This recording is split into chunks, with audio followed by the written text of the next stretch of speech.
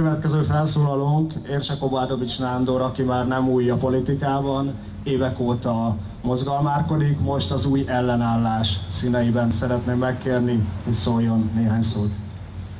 Kedves doktor barátaim, doktorok, ugye ti is ezért jöttetek. Nekem azt mondták a szervezők, hogy adományért cserébe doktori címet kapok, bár nem vagyok egy papírgyűjtő típus, akik ismernek, tudják. Viszont most nem azért jöttem, hogy Schmidt Pál alkalmatlanságát bizonyítsam. Azt gondolom, hogy ő ebben sokkal nagyobb tehetséget képvisel nálam. A hazugság és az igazság, a hazudozás és az igazmondás körül forognak a gondolataim. Mit látunk ma az országban? Kilakoltatás előtt álló családokat látunk, kifizetetlen gázszámlákat látunk, félig fűtött szobákat. Itt hever előttünk minden, amit az Orbán rendszernek köszönhetünk. Brutális megszorítások, kiüresített parlamentarizmus, egy olyan választási törvény, amely önmagában választási csalás, egy demokrácia és egy köztársaság romjain állunk éppen. És eközben a kokiosztó Schaller király, kire gondolok? Így van, a tenkes kapitányára, Orbán Viktorra. Ő azt állítja, hogy nincsenek megszorítások, mit állít még? Hogy a demokrácia virágkorát éljük, hogy nincsenek adóemelések, sőt brutális adócsökkentések következtek, mint tudjuk. Ki fogja leváltani ezt, a hazugság rendszerét? Mert láthatjuk, hogy másfél éve itt a hazugság kormányoz, a hazugság rendszerét vitte tökére ez a társaság. A hazugság emberei ott ülnek a parlamentben is, egyszerre ott ülnek az MTVA élén, és egyszerre ott ül a hazugság embere a Sándor palotában is.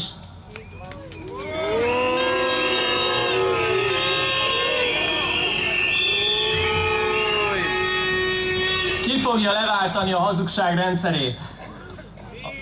Ki? Halljam! A fiatalabb nemzedékekre gondolok, és egy kicsit szomorú vagyok. A héten olvastam egy cikket az egyik egyetemi újságban, aminek az volt a címe, hogy most nyírják ki a jövőtöket, ti meg csendben ültök a seggeteken. Igen. És ez valahogy az egész társadalomban jelenlévő hozzáállás, sajnos.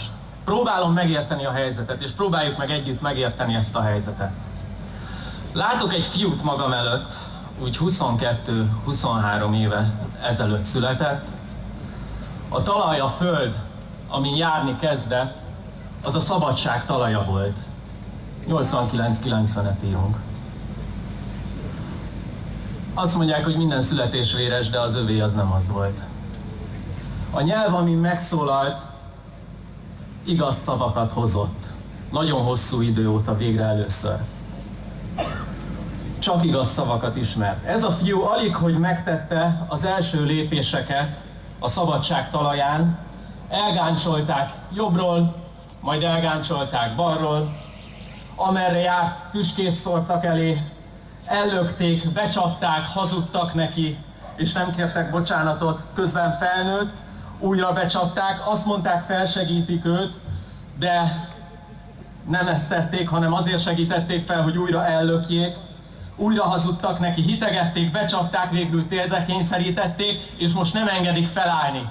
És ugyanaz a társaság kényszerítette térdre, és alázta meg, nyomorította meg a legjobban, akik a születésekor még lelkesen segítkeztek neki.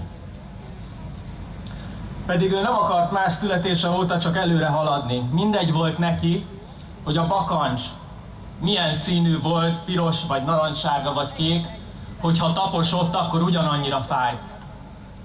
Ez a fiú, ez joggal lehet ma megilletődve. Joggal nem tudja, hogy kiben bízzon. És nem akarja már a kisebbik rúgást választani. Magyarországot térdre kényszerítették 2012-ben, De az Orbán rendszer leváltása akkor lesz csak sikeres, ha számot vetünk a múlttal, és a rendszerváltás óta eltelt 22 évvel.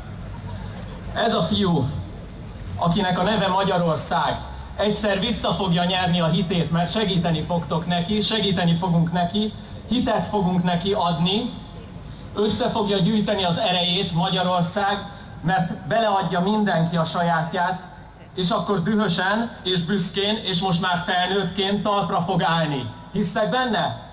Igen! A fiú, aki a szabadság talaján járt, igaz szavakkal beszélt, ez a fiú, ez a föld és ez a nyelv Magyarország, nem pedig az, amiről a Sándor palotában vagy a parlamentben hazudoznak nekünk.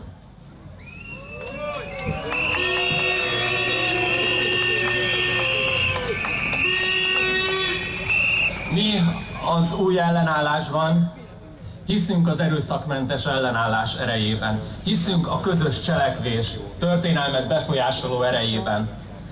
És mindenkit, aki a demokráciáért, a köztársaságért és a kilátástalanság ellen tenni szeretne, azt szeretettel várjuk, hogy csatlakozzon.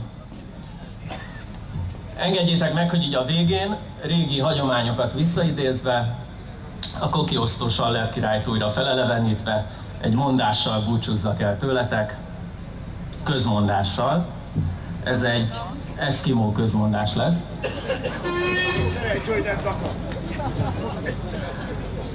Legyen mindig meleg az iglúdban, olaj a lámpádban, és béke a szívedben. Valamint váltsd le Orbán Viktort.